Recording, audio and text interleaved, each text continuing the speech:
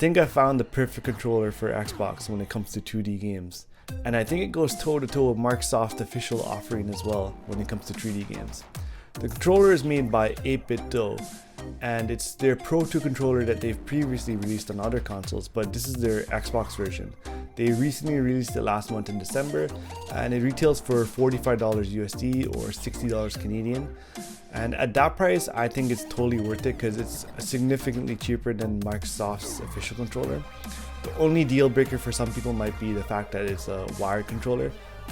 Some key features to highlight would be that it has button remapping, extra rear buttons, a profile button to swap between default controls and your match profile on the fly, a modifier button to quickly swap between any two buttons while in a game, adjustable triggers, nice clicky buttons, and a breakaway cable. I have a couple different Xbox One controllers and I like all of them, but when it comes to 2D games, I tend to prefer having my D-pad on the top left, which these controllers don't have, and that's the main reason I went with this 8Bitdo controller.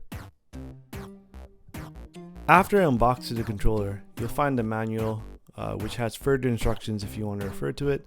After that, remove all the packaging, including the sticker on the face buttons. From there, you'll notice that the cable has a breakaway cord. This is a safety feature that was also included on the original Xbox controllers as well as the Xbox 360 wired controllers. It's a safety feature to make sure your controller doesn't fall to its untimely death if you happen to walk past the cable or if you pull the controller too far from the console. If it does happen, you can always just plug it back in. The controller has nice clicky feeling buttons, which honestly feel really great. The controller uses a USB cable which you can plug into the front of your console's USB port or the back if you prefer. From here, you're going to go to the Xbox store and search up 8Bitdo. The first few letters in and the software should appear. It's an app that you can download, select it, and then hit install. After it's done downloading, launch the app.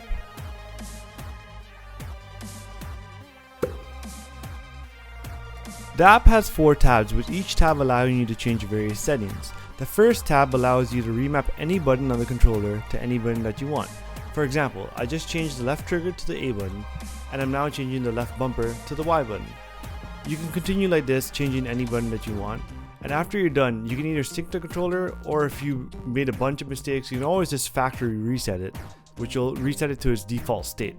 You also have the option to remap the start and select buttons, as well as the 2 back buttons. These 2 buttons are located right behind the 2 analog sticks and can be used to remap any other button on the controller.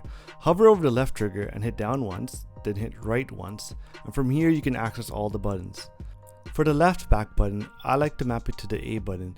By default in most games, the A button is used to jump, and by doing this, I don't have to ever move my thumb off the right analog stick.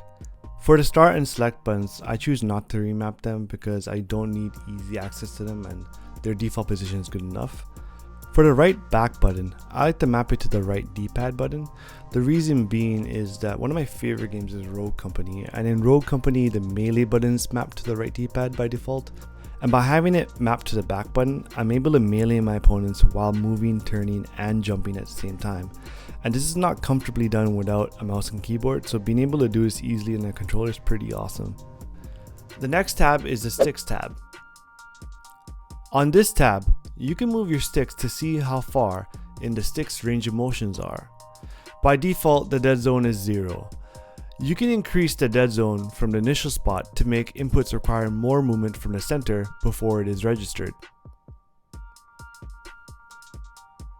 By maxing it out, you can make it so that you have to reach the very edges of the controller for the input to be registered. Let's change that back to default. The invert X and the invert Y options are to invert the horizontal and vertical axes respectively on your analog sticks. This can be useful if you share the controller with someone else and only one of you plays inverted. The swap sticks function allows you to swap both analog sticks to effectively play southpaw. The swap D-pad and left stick function allows you to force the D-pad to act as an analog stick. This can be very useful on certain games that only allow movement on the analog stick, as it allows you to bypass that requirement. The next page is the triggers page. This page allows you to modify the left and right triggers range of motion digitally. This can be modified to have it only register a press if you press it further. It gives you a good visual indication of how much range of motion is required, so you can set it to however much you want. For me though, I prefer to set it to default. The last option is to swap the triggers. This is sort of useful in really old Xbox games that didn't have many customization options for the controls. This last page lets you adjust the vibration level across the controller. It lets you adjust it from maximum to no vibration at all. This also brings me to one of my only complaints about this controller, and it's the fact that the vibration feels a bit lacking, especially in comparison to the Microsoft controller. If vibration is key to you, you might want to skip this controller, but if not, it's still solid all around.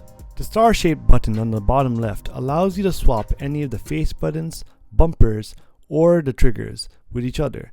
All you need to do is hold down any of the two that you want and press the star button, and it'll swap them for you. It's a nice feature to have, and it doesn't require you to go into the app to use it as well. The last thing to note is the profile button in the bottom right. This will allow you to swap between your custom profile as well as the default controls that the controller comes with. And now the main question: how does the controller perform with actual games? I'm going to start off talking about my experience playing 2D platformers with the controller. All of these games are perfectly playable with an analog stick, but for me, playing with a D-pad is usually preferable, as I usually feel more in control as I move around the stages and attack the enemies. I like clicky buttons usually, but in this instance I kinda wish that the buttons are spongy. I think the reason is because I grew up playing the Nintendo and Super Nintendo and mainly platformers on those consoles, and for both of those consoles they both had spongy feeling buttons in my opinion, and I think that's the reason I kinda wish it was that way. Regardless, the clicky buttons are still great, and it's more of a preference thing. Some people like clicky buttons a lot more for platformers, some people don't. I next tried some Metroidvania games, and this genre has seen a ton of resurgence over the past few years, and a lot of these new games take inspiration from games like Super Metroid and Symphony of the Night, and they've all paved their own solid foundation. I've only scratched the surface of what's available. I mainly only have the ones that are available on Game Pass, but there's a ton more available that you can purchase as well. In terms of defining what makes a Metroidvania, I would say it's combat, platforming, and exploration. And in terms of the first two key pillars, I feel that the controller really delivers on that front. I've always loved fighting games, but I've never been good at them. So for the purposes of this video, I only chose to try out one game. I tested out some basic combos and supers.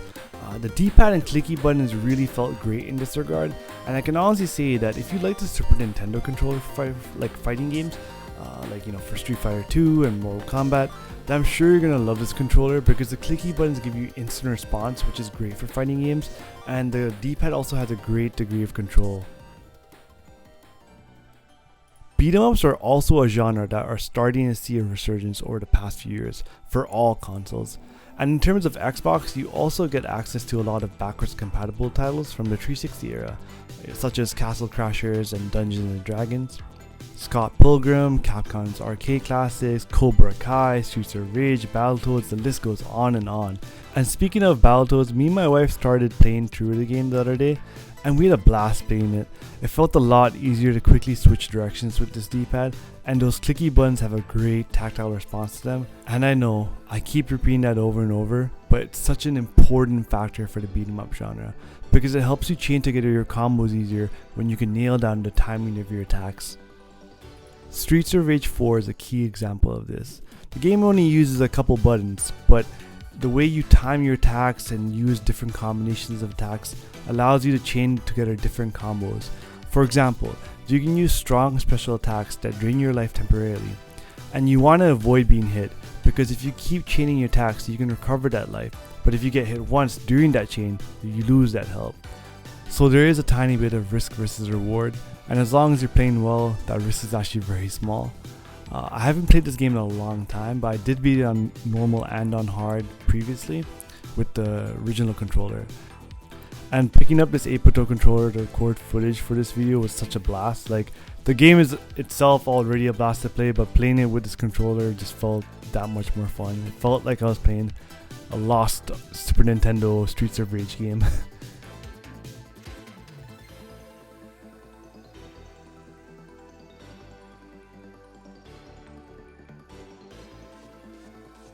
And finally, we have the running gun genre. I love this genre dearly, but it pains me to say it, but the genre is basically dead for the most part. You do have some games like Cuphead that came out recently, but for the most part, it's mainly just older games. Luckily, the Xbox has a lot of games through the backwards compatibility list, and you also have the recent Contra collection as well to play through. Maybe the genre will get some more life. We are seeing a new Alien Hominid cooperative game coming out soon, as well as the Cuphead DLC. I should also mention the shmup genre, which is fairly similar to running guns in terms of their difficulty curve. Similar to running guns, they take a lot of practice, but once you get the hang of it, then you get to play gems like Ikaruga. Now these games are insanely difficult at first, but once you get the hang of it, I promise you it's one of the most rewarding games you'll ever play.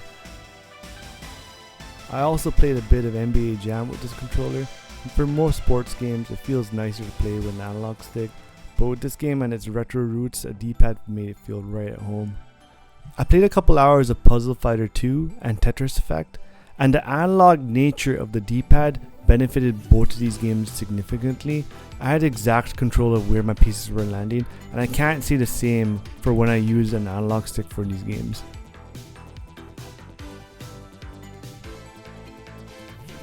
I mainly got this controller for 2D games, but I did want to give it a go for some third-person shooters and first-person shooters.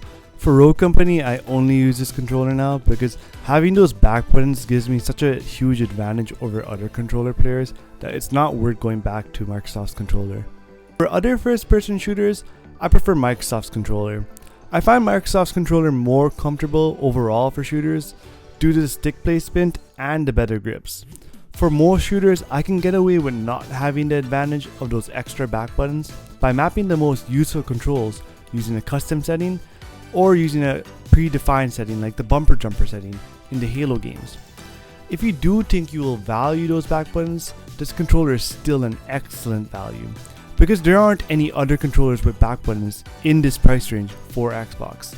The only other alternatives are the pricey stuff like Razer's offerings and Microsoft's Elite controller.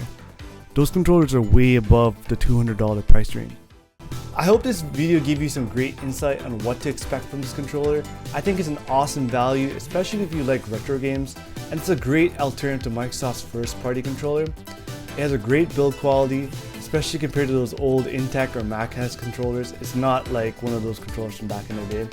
You can easily give this to one of your friends and they won't curse you for it. I think its biggest fault is that it's a wired controller, and that will definitely be a deal breaker for most folks these days.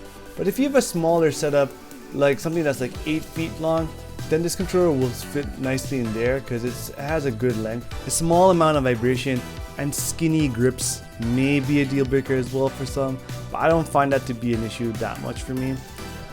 I've left some Amazon links below for where you can buy the controller, non-affiliate links, as well as a link to the 8Bitdo website so you can see more information about the controller, as well as download the digital manual and upgrade the firmware to your controller. I hope you guys enjoyed the video. If you have any questions or suggestions, feel free to leave them in the comment below, and I'll see you next time.